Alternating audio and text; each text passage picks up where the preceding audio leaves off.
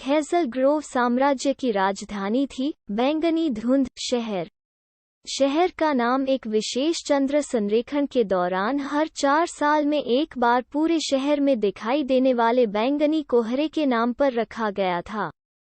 यह एक विशाल शहर था जिसमें हर समय लगभग 25 मिलियन निवासी शामिल थे और इसकी क्षमता 7 मिलियन अधिक थी। शहर में वो सब कुछ था जो आप एक शहरी काल्पनिक शहर से उम्मीद करेंगे। एक शाही महल, दाना टावर, नीलामी घर, लोहार और शिल्प कौशल हॉल, कीमिया और औषधि विज्ञान हॉल, जुआ डांस, रेस्तरां और यहाँ तक मलिन बस्तियां भी। जैसे ही रुद्र और नीटविट राजधानी शहर के फाटकों पर पहुंचे, वे मदद नहीं कर सकते थे लेकिन उदासीन महसूस कर रहे थे। मैं वापस आ गया, उसने सोचा। जैसे ही उन्होंने फाटकों के माध्यम से चलने की कोशिश की, तैनात गार्ड ने उनकी साहसी आईडी के लिए कहा। रुद्र के पास एक था, लेकिन नीटविट के पास नहीं था।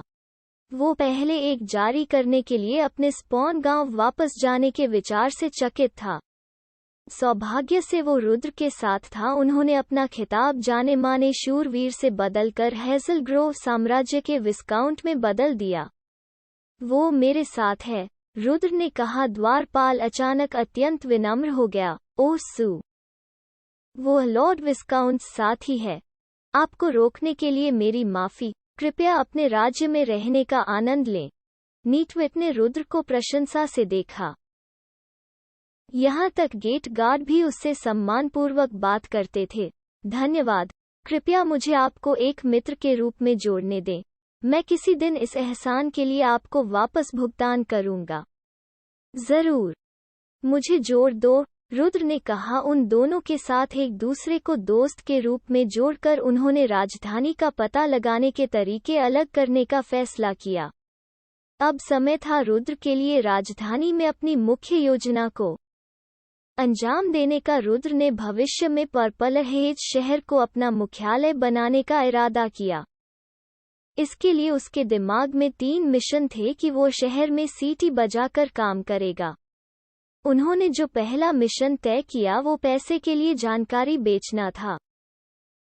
शहर और उसके महत्वपूर्ण स्थानों का विस्तृत लेआउट प्रदान करें और साथ ही पैसे के बदले बड़े गिल्डों को कुछ सामान्य खोज प्रदान करें।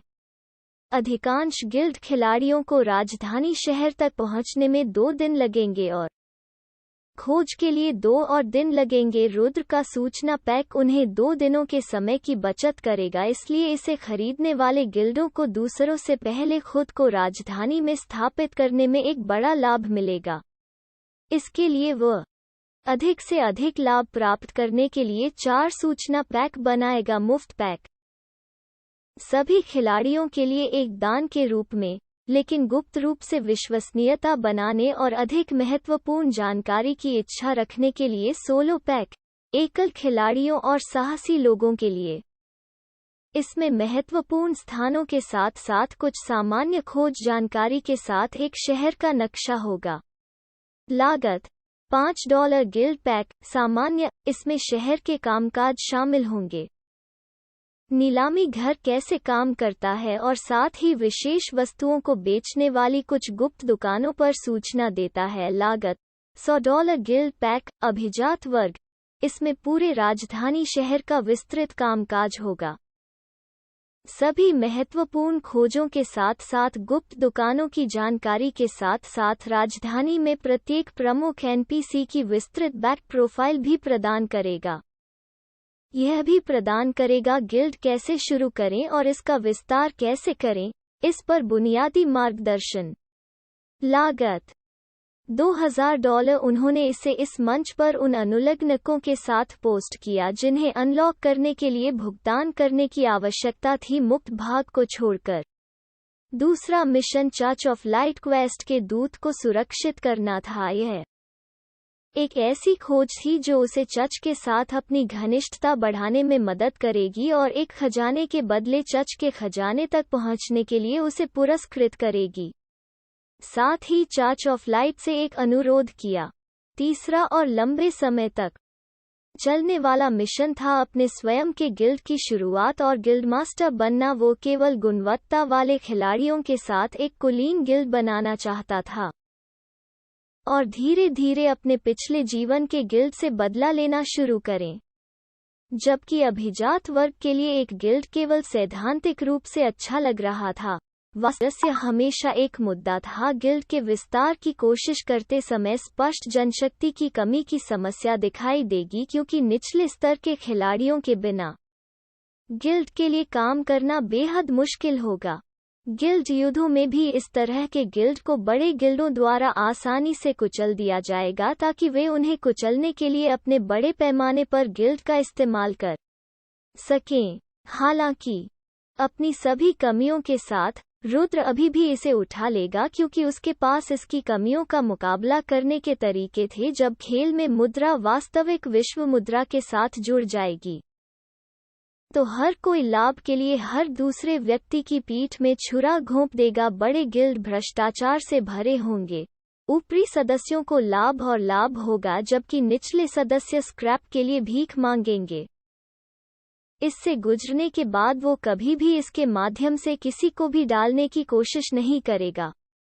वो कुलीन वर्ग का घर बनाता, जहां प्रत्येक खिलाड़ी के पास 100 की ताकत होती और एक अभिजात वर्ग होने के साथ एक मजबूत गर्व होता।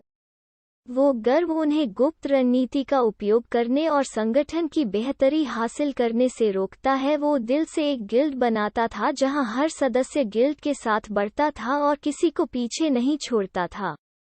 यह एक पागल सपना था, लेकिन उन्होंने इसे पूरा करने का संकल्प लिया।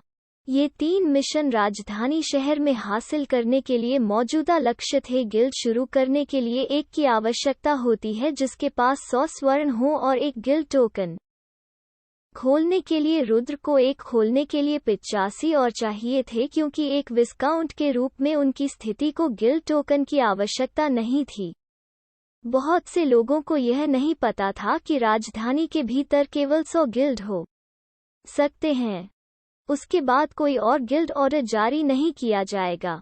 उसके बाद एक पाने का एकमात्र तरीका एक आधिकारिक गिल्ड युद्ध में 100 में से एक का सफाया करना और उनकी स्थिति को संभालना था। इसने गिल्ड की कीमतों को एक वस्तु बना दिया। यदि कोई नेता अपने गिल्ड स्पॉट को खाली करना चाहता है तो टोकन हमेशा उच्च कीमतों के लिए जाएगा। अच्छी तरह से एक विस्काउंट होने से चीजें काफी आसान हो गईं। अपने पिछले जीवन में विस्काउंट की स्थिति तक पहुंचने वाले पहले खिलाड़ी को यह उपलब्धि हासिल करने में 3 साल लगे और उनकी स्थिति के कारण उनके गिल्ड को असाधारण लाभ मिला।